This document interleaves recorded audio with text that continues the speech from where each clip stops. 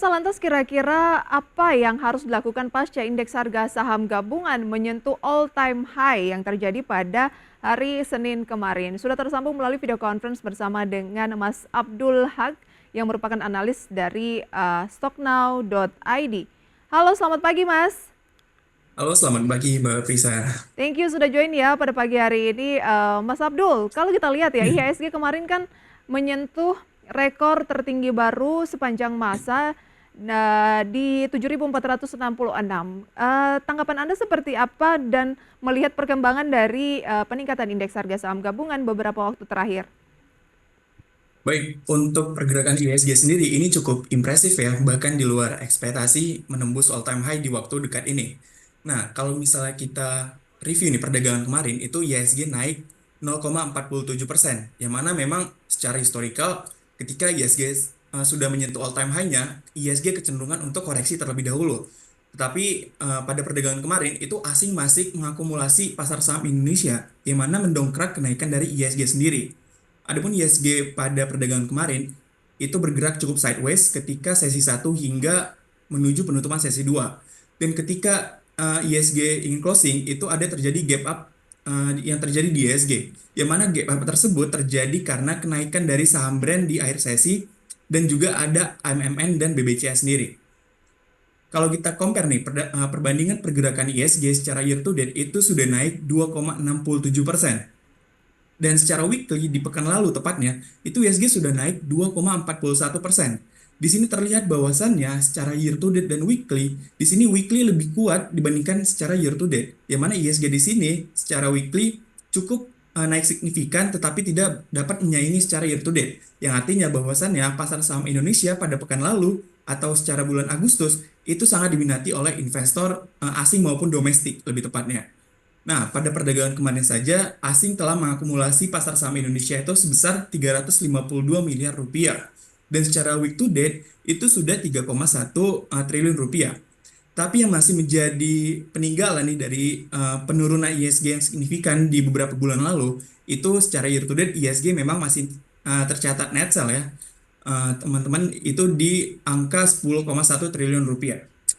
Nah, kalau misalnya kita cermati juga lebih lanjut bahwasannya akumulasi yang dilakukan oleh asing itu ada di saham-saham big caps di market cap Indonesia.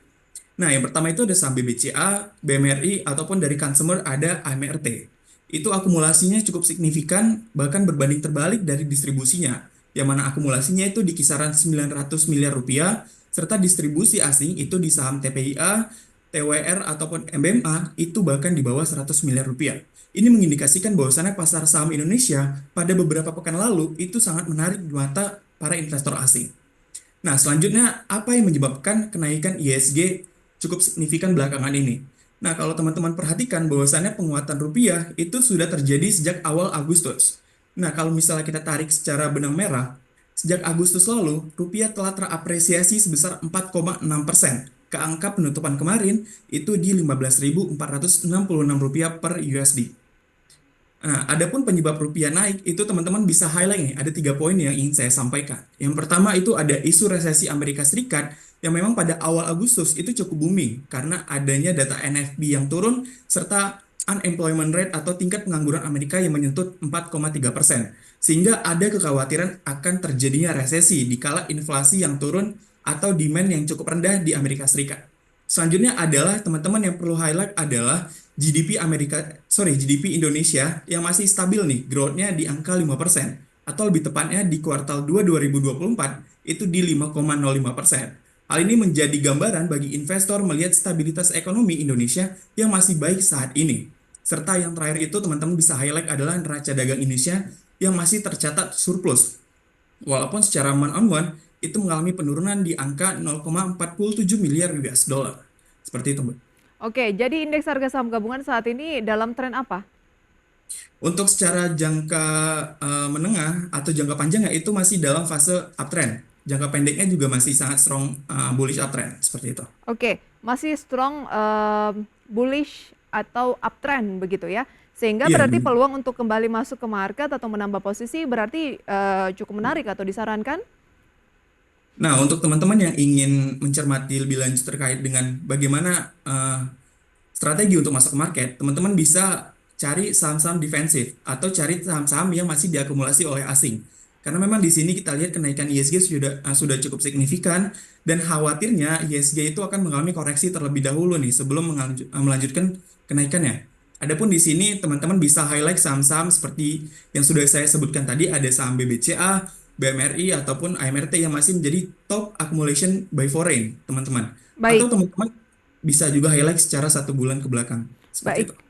Baik, Anda katakan bahwa pilih saham-saham defensif atau saham-saham yang dipilih oleh asing. Nah, apakah saham-saham yang dipilih oleh asing ini termasuk saham defensif dan kenapa asing lebih memilih saham-saham defensif dibandingkan dengan saham lain yang mungkin lebih apa ya volatilitasnya cukup tinggi?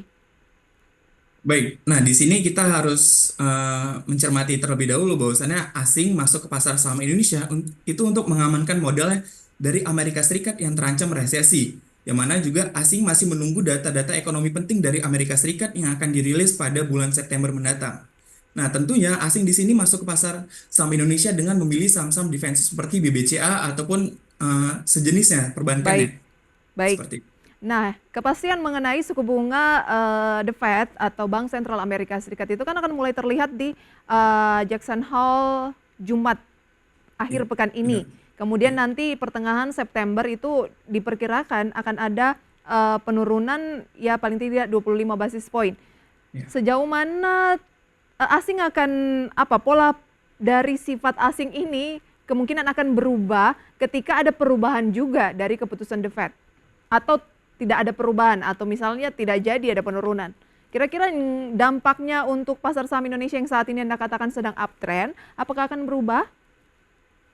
Baik, jika The Fed menurunkan suku bunga, itu menjadi sebuah sentimen atau katalis yang sangat positif secara makroekonomi global ataupun domestik. Yang mana ketika nanti The Fed menurunkan suku bunga, otomatis Bank Indonesia akan juga merespon nih terkait dengan penurunan suku bunga agar spread antara Bank Indonesia dengan The Fed itu tidak terlalu jauh sehingga Mhm. memang di sini Indonesia tidak dirugikan.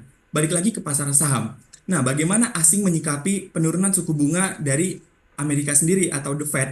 Nah, asing akan melihat nih bagaimana dampak yang akan terjadi ketika suku bunga The Fed diturunkan oleh di Amerika itu sendiri. Baik. Nah, ketika The Fed menurunkan suku bunga minimal setidaknya 25 basis point, itu menjadi sebuah angin segar nih melihat bahwasannya saat ini dolar atau indeks DXY itu mengalami penurunan tajam karena belum adanya konfirmasi nih dari The Fed terkait dengan penurunan suku bunga. Baik. Ketika suku bunga diturunkan, otomatis dolar akan mengalami penguatan sehingga memang asing masih melihat bahwasannya pasar saham Amerika cukup menarik saat ini. Oke, berarti jangka pendek ini sebenarnya ada ketidakpastian begitu ya. Nah, sebaiknya untuk retail nih, investor retail, apa yang harus dilakukan ketika nantinya tiba-tiba sesuai proyeksi The Fed ternyata menurunkan suku bunga atau ternyata masih menahan suku bunga?